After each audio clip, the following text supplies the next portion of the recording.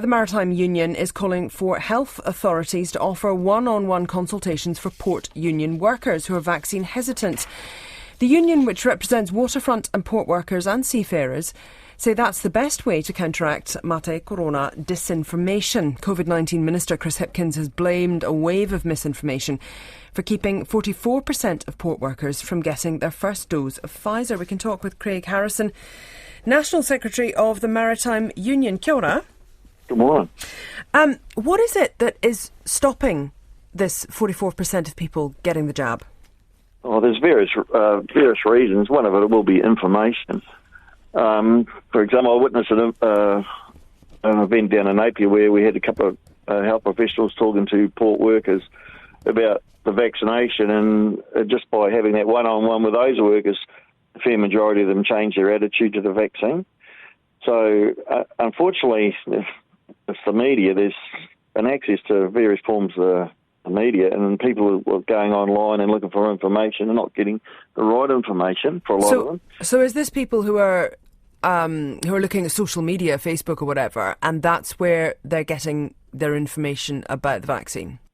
Yeah, a lot of that's happening. For instance, I look at how my kids get their information, and it's not usually sitting in front of the TV, reading the paper or listening to the radio.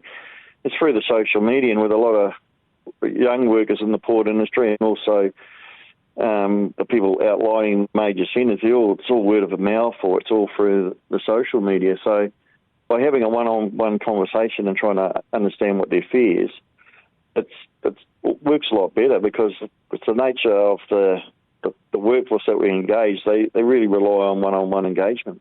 And it is that kind of one-on-one engagement that makes the difference, is it, rather than, I don't know, for example, a leaflet or something like that would give the information but in perhaps a less personable way?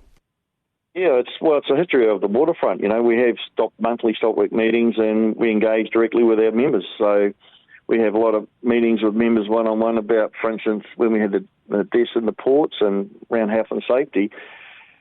And when you go outside the major regions into some of these regional ports where they're only there for a few days and they're off work, then they're back in for a few days, trying to line all this up with getting vaccinated and testing, because they had been working on these ships right through last year and into now with COVID. So all the health measures, all the protocols must be working, because we haven't got COVID across the border through the stevedores yet. But as these new variants become more infectious, we just need to up our game.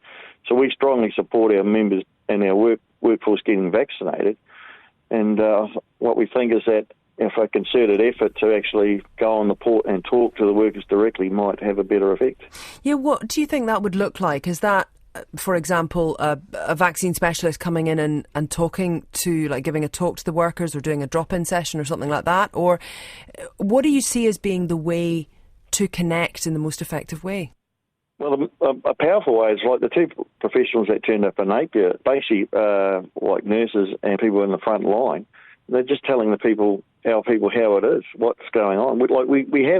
People forgot we have had deaths in New Zealand from COVID, and people just need to be reminded we have had it. We haven't got it now at the moment because all the measures were taking place, but just need to be reinforced, I think, and by accessing the workforce one-on-one, I think you'll get a better result. Appreciate your time. Thanks for talking to us. Craig Harrison there, National Secretary of the Maritime Union.